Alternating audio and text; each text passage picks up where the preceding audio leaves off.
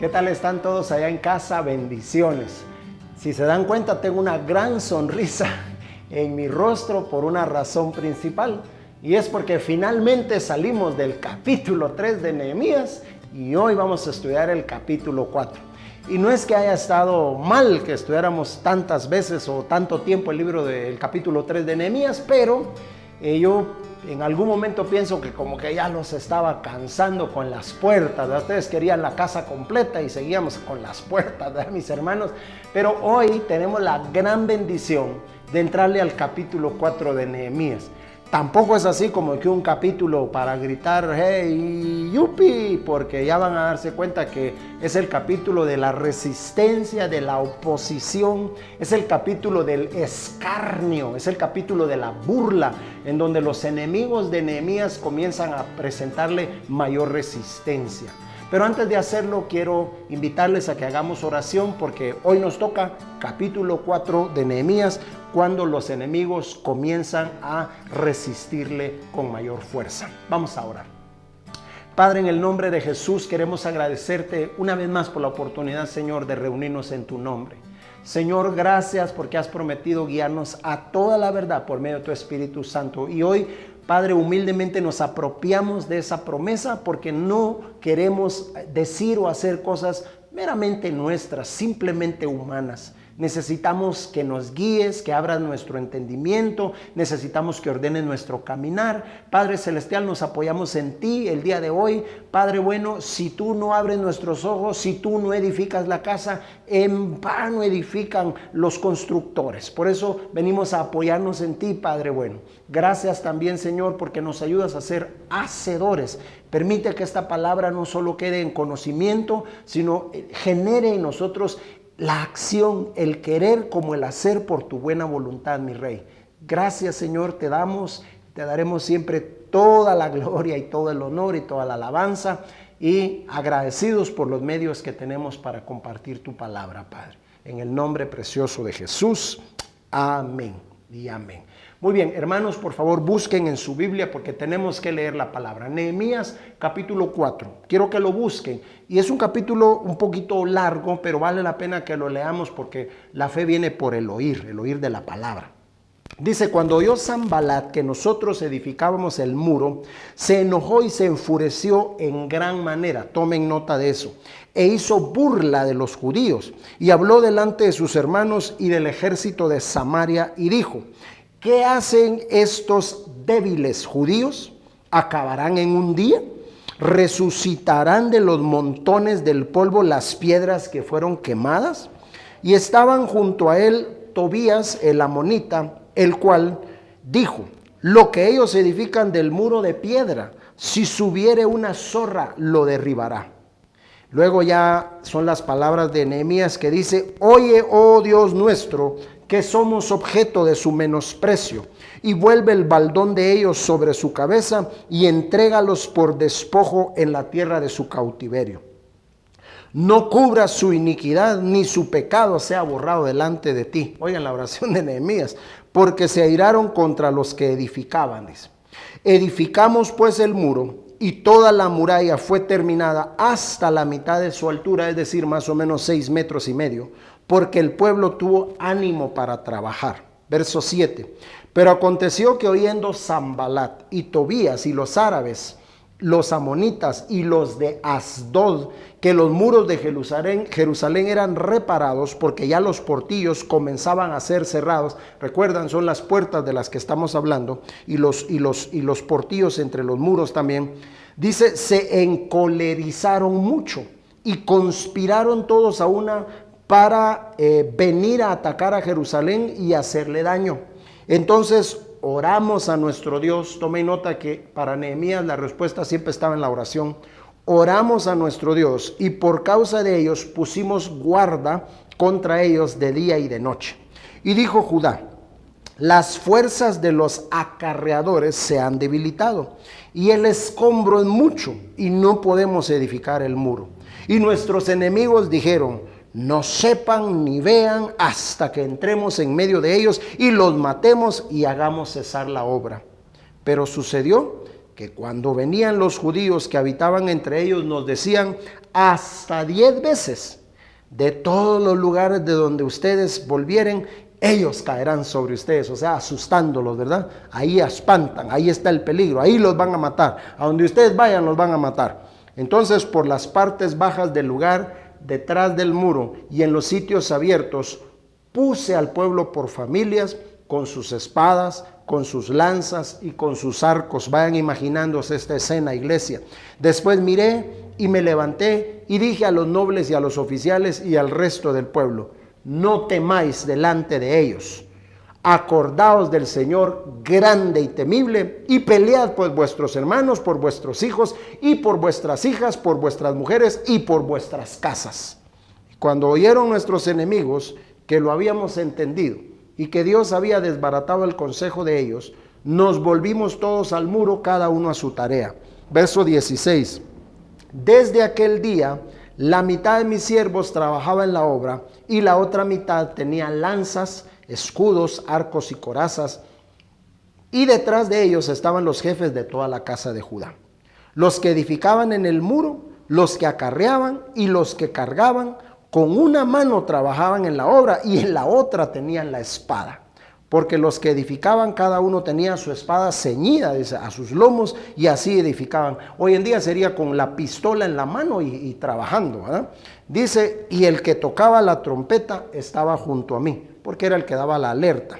Y dije a los nobles y a los oficiales y al resto del pueblo: la obra es grande y extensa y nosotros estamos apartados en el muro, lejos unos de otros. Recuerdan que eran más de 4 kilómetros.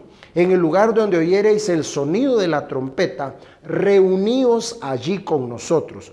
Nuestro Dios peleará por nosotros. Nosotros pues trabajamos en la obra y la mitad de ellos tenía lanzas desde la subida del alba, o sea, bien tempranito, hasta que salían las estrellas. También dije entonces al pueblo: cada uno con su criado permanezca dentro de Jerusalén, y de noche sirvan de centinela y de día en la obra. Y ni yo, ni mis hermanos, ni mis jóvenes, ni la gente de guardia que me seguía, nos quitamos nuestro vestido. Cada uno se desnudaba solamente para bañarse. ¡Wow! Miren este capítulo que tiene tanto para nosotros, tiene tanta oposición, pero tiene tanta victoria, tiene tanta contradicción, pero tiene tanta dirección de Dios también. Comencemos analizando lo que está pasando. Dice la Escritura que los enemigos de la reedificación de los muros escucharon que ya se avanzaba, porque una cosa es oírlo en proyecto y otra cosa es cuando empieza a desarrollarse ese proyecto y la gente comienza a verlo. ¿Cómo quisiera decirle que todos se van a alegrar cuando usted abra su tiendita? ¿Cómo quisiera decirle que todos se van a alegrar cuando usted lo promuevan a supervisor o a jefe? ¿Cómo quisiera decirle que todos se van a alegrar cuando vean que una iglesia compra un terreno y quiere construir un templo? Pero no es así. Mucha gente se molesta, se enoja, y es que cada proyecto que tiene que ver con el avance del evangelio siempre va a ser resistido por Satanás, porque con cada proyecto de Dios siempre hay resistencia. No somos los primeros ni los últimos en enfrentar resistencia. El problema es que muchos se desaniman. Muchos dudan de la voluntad de Dios precisamente por la oposición que encuentran. Y específicamente si esa oposición viene de gente muy importante o de gente que tiene un puesto importante, hay personas que se desaniman porque los más importantes no aprobaron con un like el proyecto que ahora Dios quiere que desarrollemos.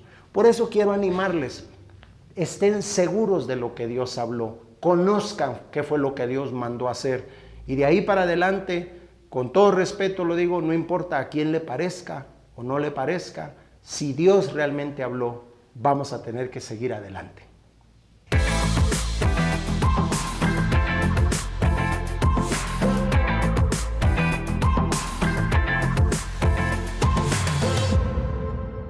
Sin embargo, a pesar de que Dios esté con nosotros, también debemos escuchar el consejo que el apóstol Pablo da a la iglesia. Pablo le dice a la iglesia que no debemos ignorar las maquinaciones de Satanás, que debemos entender cuáles son algunas de sus artimañas, es decir, la estrategia en la maña, en esa manera de atacar y de engañar que tiene Satanás. En el caso de Nehemías vamos a encontrar algunas de las estrategias que sus enemigos quisieron utilizar, pero que también a veces las utiliza contra nosotros. Por ejemplo, vamos a la primera estrategia que los enemigos de Nehemías utilizaron. Dice el verso 1 que cuando Sanbalat oyó, dice que nosotros edificamos el muro, se enojó y se enfureció en gran manera. Esa palabra en gran manera, ya se imaginan ustedes, ese hombre estaba, como decimos nosotros en Guatemala, para balazos. Ese hombre estaba realmente enojado. E hizo, dice, burla o escarnio de los judíos. Entonces, la primera artimaña que Satanás utiliza es la burla. Hoy en día se habla del bullying y algunos, en lugar de decir bullying, dice burling, hablando de la burla, porque es una de las cosas que esencialmente sucede en el bullying, es que se burlan de aquellos que son víctimas del bullying y entonces le dicen burling porque se están burlando, y es que a nadie le gusta que se burlen de él. La burla crea en nosotros una sensación de incomodidad, de pequeñez, de vergüenza, de torpeza, ¿verdad? Si se burlan porque usted se cayó, si se burlan porque usted fracasó, si se burlan porque usted dijo que iba a llegar alto y ahora ni siquiera se puede levantar, eso lo hace sentir a uno bajo acusación, impotente precisamente. Y la primera artimaña que Satanás usa es el burling, es la burla. Comenzaron a hacer escarnio, comenzaron a burlarse de la gente. Si uno no sabe manejar bien la burla, también la burla crea ira y molestia y enojo, y hace que la persona que está siendo objeto de burla se levante y empiece a ver cómo le pega o cómo se defiende ya de una manera descontrolada. Y también hay que tener cuidado con esto, porque esto sucede a nivel de familia y sucede a nivel de iglesia y a nivel de cristianos. Muchos cristianos ya no sirven en sus iglesias o se han alejado de ellas porque alguien se burló de ellos, alguien menospreció su trabajo, alguien dijo que su trabajo estaba mal hecho o que ellos no eran aptos para el trabajo. Y eso fue lo único que bastó. Con eso Satanás tuvo más que suficiente para desconectarlos de su iglesia. Pero nosotros debemos ser sabios, dice la palabra, iglesia, y no debemos caer en esas trampas que el enemigo tiende. Lo primero que Satanás utiliza es el escarnio o la burla. Por eso es que una de las primeras cosas que Dios utiliza es nuestra identidad en Cristo. Siempre nos afirma en nuestra identidad, porque cuando uno sabe quién es, no importa cuánto burling, cuánta burla, cuánto escarnio, cuánto la gente se burle de usted. Si usted sabe quién es en Cristo, se va a mantener firme. Ahora, yo quiero pedirle que por favor se una al club con paz en su corazón. Y digo al club porque es el club de los que reciben escarnio y burla, de los que son menospreciados. Tranquilo, usted no es el único. El que más fue varón de afrentas, experimentado en quebrantos y dolores, y que se burlaron de él, se llama Jesús. Así que usted tranquilo, porque yo lo digo así y es verdad, usted y yo sí tenemos y sí damos por donde la gente se burle de nosotros. La verdad es que no siempre la gente se la está inventando. A veces se burlan de nosotros y porque nosotros también pues somos imperfectos y metemos la pata y nos equivocamos. Pero Jesús, siendo perfecto, de todas maneras se burlaban de él. Así que usted pasa su corazón si usted está siendo objeto en este momento de escarnio. Lo primero que usa Satanás es el escarnio. Dice, y habló delante de sus hermanos y del ejército de Samaria y dijo, ¿qué hacen estos débiles judíos? Subraya la palabra débil. La segunda artimaña de Satanás es hacernos creer que simple y sencillamente somos demasiado débiles para el trabajo. Es decir, tú no puedes, tú eres muy débil. Y la palabra débil va en todos los sentidos. Débil en su carne, o débil en su carácter, o débil para las fuerzas que se necesita, o la determinación que se necesita. Y es cierto, ¿saben qué, hermanos? Es verdad, nosotros somos muy débiles. Por eso es que todo lo podemos en Cristo, que nos fortalece, porque nosotros no podemos hacer nada en nuestras propias fuerzas. Nosotros no dependemos de nuestras propias habilidades o de nuestra propia capacidad, porque la verdad es que nuestra carne es débil y está plagada de limitaciones. Y sí, es cierto, nuestra carne quiere vengarse, nuestra carne se enorgullece, nuestra carne se enoja, nuestra carne a veces quiere reaccionar de maneras equivocadas. Por eso es que no podemos caminar según la carne. Tenemos que agradar a Dios y vivir por el Espíritu, dice la palabra. Y es verdad, somos débiles en nuestras propias fuerzas, pero en Cristo Jesús somos más que vencedores. Así que cuando el enemigo le diga, eres demasiado débil, usted vaya a la palabra y dígale, por eso tengo a Cristo, porque en Él todo lo puedo y Él es mi fortaleza. El enemigo quiere convencernos de que simple y sencillamente nosotros no tenemos los recursos ni tenemos las fuerzas para hacerlo. Dice, ¿se les permitirá volver a ofrecer sus sacrificios? Acabarán en un día, miren esto, resucitarán de los montones del polvo las piedras que fueron quemados. Lo que está haciendo el enemigo acá es describiendo que la magnitud del proyecto es tal que no ni siquiera se hagan ilusiones de que puedan recuperar lo que ya se perdió. Y esa es la tercera artimaña de Satanás. Aunque te levantaras, jamás volverías a estar donde estabas antes. Aunque lo intentaras, no creas que vas a llegar tan lejos como antes. Es decir, está bien, pues vas a avanzar un poco, pero tampoco te hagas ilusiones que las cosas van a ser ni siquiera como eran antes, menos vayas a pensar que van a ser mejor de lo que eran antes. Esa es la artimaña de Satanás. Les dice, ¿acaso, dice, van a volver a ofrecer sacrificios como antes? Ya no, dice. ¿Podrían ustedes levantar todas esas piedras del polvo? No, así no, tampoco. Dice, ¿podrían terminar esta obra en un día? Claro que no. Por supuesto que no estaban intentando terminarla en un día, pero sí querían terminarla y gracias a Dios la terminaron en 52 días, dice la palabra. Así que lo que el enemigo quiere hacer en tercer lugar es hacernos creer que nunca las cosas van a volver a ser igual, nunca. Perdiste una empresa, bueno, vas a tener una más pequeña. Perdiste un matrimonio, una vida, perdiste finanzas, perdiste tu tiempo, fuiste alcohólico, caíste en la desgracia de las drogas, la prostitución, lo que haya sido. Cuando te levantes, nunca las cosas van a ser iguales. No vas a pensar que vas a volver a llegar hasta arriba donde estabas. Eso es lo que el enemigo quiere hacernos creer, como lo hicieron los enemigos de Nehemías, tratando de aplastar el espíritu de emprendimiento de este pueblo al cual Dios había llamado.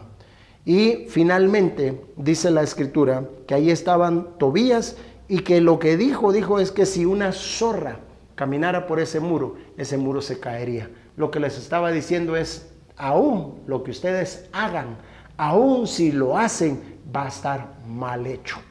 No importa lo que hagan, ustedes siempre se han caracterizado por ser chuecos. No les sale nada, no dan una, no batean una, nunca les va a salir. Inténtelo, de todas maneras no va a durar mucho tiempo. Ustedes son llamarada de tuzas nada más, no van a durar mucho tiempo. No se necesita mucho para derribarlos. Era lo que estaba diciendo el enemigo.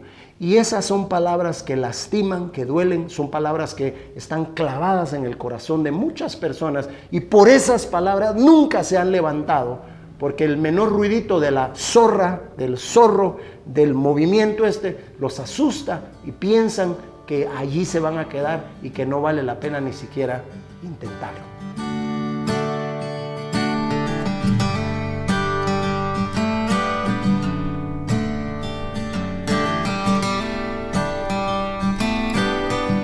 Sin embargo, quiero dejarles en claro una verdad bíblica que nunca va a cambiar. Y es que Dios siempre ha tenido una respuesta para todas esas burlas, escarnios y esas ideas que Satanás quiere sembrar en nuestra vida. Y Nehemías es el ejemplo de cuál debe ser la actitud correcta frente a todas esas cosas. No se ponga a llorar, no meta la cabeza debajo de la almohada, no apague la luz y en oscuridad a llorar su depresión. No. Escúcheme bien, por favor. Porque usted va a hacer exactamente lo que Nehemías hizo. Dice el verso 4 que Nehemías, frente a todas esas cosas, burla, escarnio o burla, que no iban a llegar muy lejos, que las cosas nunca iban a ser iguales. Ante todo eso, dice el verso 4, oye, oh Dios nuestro, que somos objeto de su menosprecio, dice, y devuélveles a ellos sobre su propia cabeza y entrégalos por despojo en la tierra de su cautiverio. ¿Cuál fue la respuesta de Nehemías? La respuesta de Nehemías fue orar, ir a Dios con oración y decirle a Dios, Dios, escucha las burlas de esta gente. No permitas que se salgan con la suya. No permitas que sus palabras y sus profecías de maldad y de muerte se cumplan en nosotros. Al contrario, Señor, que cosechen ellos lo que están sembrando. Pero te pedimos, Señor amado, que tú nos levantes a nosotros y que tengas de nosotros misericordia. Por favor, vaya a Dios en oración. No se quede en súplica, en llanto, en clamor, en tristeza. No se quede ahí tirado repitiéndole a todo mundo las burlas y las palabras que le dijeron y la cara que le hizo. No, por favor, vaya a Dios en oración y dígale, Señor, lo que es conmigo es contigo también. Aquí están todas estas palabras de muerte. Yo te las entrego a ti porque tu palabra me dice a mí que yo viviré y contaré las maravillas que tú has hecho. Vaya a Dios en oración. Dice la Escritura que Nehemías era un hombre que para todo oraba. Cuando le contaron en el capítulo 1 del libro de Nehemías, le contaron a Nehemías lo mal que la estaban pasando, su respuesta fue orar y ayunar. Cuando el rey le preguntó qué quería, su respuesta fue orar. Y cuando llegó aquí, su respuesta fue orar. Y ahora que sus enemigos se levantan y se burlan, su respuesta es orar. Quiero decirles que hay poder en la oración. Quiero decirles que el cristiano que realmente toma en serio la oración va a levantarse en el poder del Espíritu Santo siempre. La clave de Jesús en su ministerio fue su vida de intimidad, de comunión, fue su vida de oración con el Padre. De todas las cosas que Jesús hizo, solo una los discípulos dijeron que por favor les enseñara y fue: enséñanos a orar. Sí, mi hermano, la respuesta es la oración.